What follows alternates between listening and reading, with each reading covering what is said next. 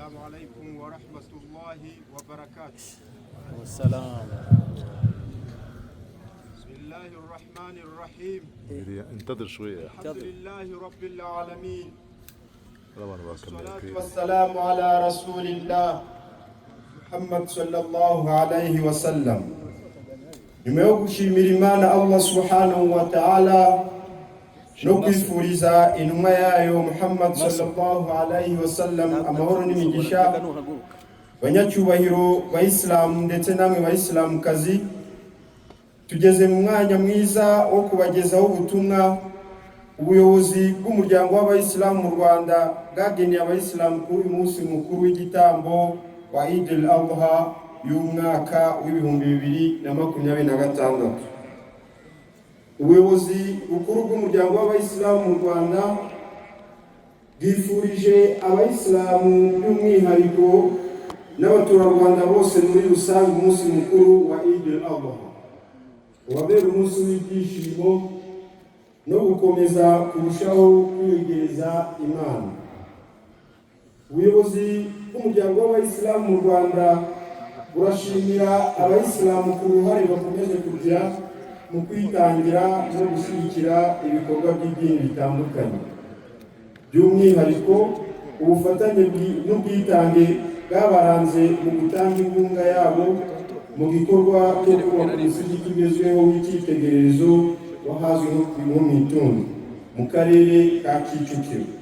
Imirimo yo kubaka uwo musigiti ikaba igeze ku musozo. Iki gikorwa gikwiye kubera abayisilamu urugero rwiza rwo gushyira hamwe no guhuriza hamwe imbaraga zabo. Ibi bitwereka ko gukomeza gushyira hamwe bizadufasha kugera kuri byinshi. Niyo mpamvu mu gihe cy'umwaka umwe n'igice gusa abayisilamu biyujurije umusigiti ugiye kuzura utwaye ingengo y'imari y'amafaranga asaga miliyoni 362, aho agaciro k'ibimaze gukorwa ubu kangana na miliyoni zisaga 308, bivuga ko hakibura miliyoni 54 kugira ngo umusigiti utawe ku mugaragaro. Ni muri urwo rwego ubuyobozi bushishikariza abayisilamu gukomeza kwitanga kugira ngo ubwo bushobozi buke bubura buboneke, bityo mu minsi mike umusigiti w'Itungo uzatawe ku mugaragaro nk'uko twabyiyemeje. Nyuma yo gutaha umusigiti w'Itungo mu ntangiriro z'umwaka w'ingengo y'imari uzatangira tariki ya 1 z'ukwezi kwa Karindwi, ubuyobozi bukuru bw'umuryango w'abayisilamu mu Rwanda buzabatangariza ikindi gikorwa tuzahurizaho imbaraga z'abayisilamu bo mu Rwanda bose. Iyi nzira yo guhuriza hamwe imbaraga izadushoboza gukora byinshi kandi binini mu gihe gito. Ibi bizajya bikorwa hubahirijwe ihame ryo gusaranganya ibikorwa by'iterambere mu ntara zose. Ubuyobozi bw'umuryango w'abayisilamu kandi burashimira abayisilamu uburyo bitabiriye gutanga zakat al-fitr y'uyu mwaka w'ibihumbi 2026. Mu gihugu hose hasarujwe zakat al-fitr ingana na miliyoni zisaga 49. Aya mafaranga yabonetse yaguzwemo ibiribwa bingana na toni 25 z'umuceri wasaranganijwe imiryango 520.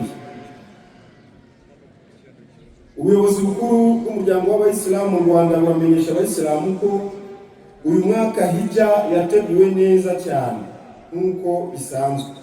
Abanyarwanda bagiye gukora umutambagiro mutagatifu ni 72, muri bo 62 bagiye muri gahunda isanzwe ya RMC yo gufasha abanyarwanda kujya gukora umutambagiro mutagatifu. Abandi 10 bagiye gukora umutambagiro mu buryo bwihariye muri gahunda y'ubutumire bw'abashyitsi b'umwami wa Saudi Arabia. Ku itariki ya 17 z'ukwezi kwa gatanu uyu mwaka nibwo abo bahaji 62 bahagurutse mu Rwanda bajya i Maka umutambagiro mutagatifu. Bakaba barajyanye n'indege y'u Rwanda Rwanda Air mu buryo bwa charter flight. aho bahagurukiye ku kibuga cy'indege cya Kigali Kanombe bagera Jeddah nta handi baciye, ndetse no kugaruka bakaba bazahagurukira ku kibuga cy'indege cya Madina bahita baza Kigali nta handi banyuze. Biteganyijwe ko bazagaruka mu Rwanda tariki ya 6 z'ukwezi kwa gatandatu muri uyu mwaka w'2026. Imibereho yabo bose aho bari mu gihugu cya Saudi Arabia imeze neza cyane, aho bacumbikiwe muri hoteli nziza kandi zegereye cyane umusigiti wa Haram. Ibi bikaba bibafasha gukorera amasengesho yose uko ari 5 muri uwo musigiti, amahirwe atabona benshi mu bakoze umutambagiro. Turasaba Allah subhanahu wa ta'ala ko abari imaka bose yabashoboza gukora neza kandi ayibakirire ndetse azabasubize mu bihugu byabo amahoro. Ubuyobozi bw'umuryango w'Abayisilamu mu Rwanda burizeza Abanyarwanda ko buzakomeza kunoza serivisi zijyanye n'abajya gukora umutambagiro mutagatifu, hagamijwe kubafasha gukora umutambagiro mutagatifu neza batekanye ndetse batuje. Ku bufatanye n'abafatanyabikorwa batandukanye, ubuyobozi buramenyesha Abayisilamu ko uyu mwaka bwakiriye igitambo kingana n'inka 894 ndetse n'ihene 1182. Ibyo bitambo bikaba bigiye gusaranganwa mu turere twose uko ari 30, bikaba bizatangwa mu gihe cy'iminsi 4 yagenewe igitambo uhereye kuri uyu munsi wa Eid al-Adha. Hashingiwe ku nyigisho z'intumwa y'Imana Muhammad sallallahu alaihi wasallam, aho yavuze ati udashimira abantu ntiyashimira n'Imana. Ubuyobozi bukuru bw'umuryango w'Abayisilamu mu Rwanda ni muri urwo rwego bufasha uyu mwanya ngo bushimire nyakubahwa Perezida wa Repubulika Paul Kagame umwanya w'agaciro yageneye Abayisilamu mu mubonano aheruka kugirana nabo ku itariki ya 25 z'ukwezi kwa gatatu uyu mwaka muri BK Arena. Ibiganiro byiza bagiranye, impanuro z'agaciro gakomeye yabagejejeho ndetse n'inkunga zitandukanye n'ubufasha yabemereye mu rwego rwo kubashyigikira mu rugendo rwo kwiyubaka kubaganisha mu iterambere rirambye.